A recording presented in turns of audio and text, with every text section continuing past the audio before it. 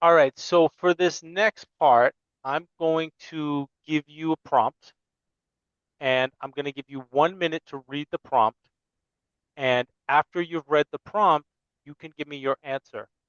And I'm going to ask you to speak for 1 to 2 minutes after reading the prompt. So I'm going to go ahead and share my screen. Just give me a moment here.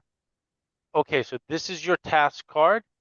You can take Hmm. 1 minute to read the card, and then I'm going to ask you to speak. Feel free to take any notes if you'd like to guide you as you speak. Describe an interesting place that you have visited as a tourist.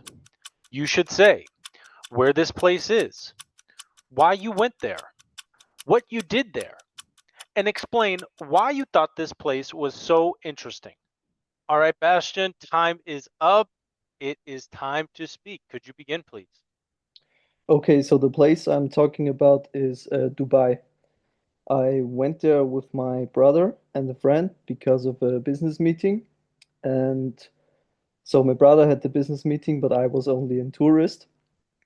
Um, it was really stunning because I didn't expect Dubai to be that big. Um, I visited everything. I went to the Burj Khalifa, to the Dubai Fountain, great restaurants. We had some shisha. Um, yeah, the place was interesting because I come from a really, really small village, and uh, a city as big as Dubai is something very special for me. Okay.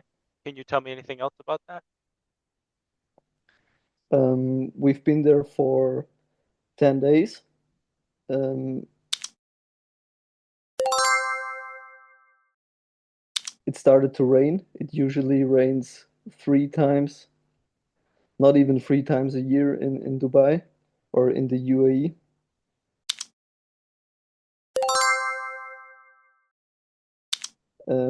We had the luck to experience some rain in this country,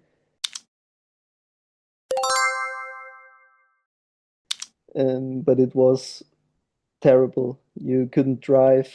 Everything was shut down. In hotels, the hotels began to leak. The fitness studios, the gyms are just overfloating, and it was terrible, but it was interesting. All right, thank you. Okay, so that's part two. And we see that Bastian, he's pretty strong. He's confident and comfortable speaking. He's got a natural rhythm. His pronunciation is strong, but he's not quite ready to reach that band seven yet. And the reason why is because there are things he needs to polish. There are a few beginner mistakes that he's making that almost every student makes the first time they do this. And that is number one, you need an introduction. Instead of just saying the place I'm talking about is Dubai, he should say something like, well, the prompts asked me to describe a place I visited as a tourist, so I'm going to tell you about my trip to Dubai. Repeat the question in your introduction. That's a little tip that would have bumped him up to a seven. He used too much, and even native speakers do that. I catch myself doing that sometimes. Instead of you can say, well, let me think. I mean, Dubai is a big city. It's much bigger than my town. Really want to avoid using or and having pauses, which takes practice. Another thing is he didn't really develop his answer. He answered the question, he answered everything in the prompt, and then he just stopped. And I said at some point, can you tell me more about that? That is bad news. You don't want the examiner to have to do that.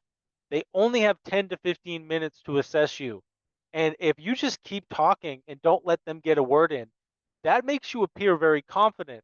But if you pause, especially without a conclusion, it seems like you're just lost for words and you can't think of what to say, or you can't translate quickly enough in your brain, and your English skills aren't that strong.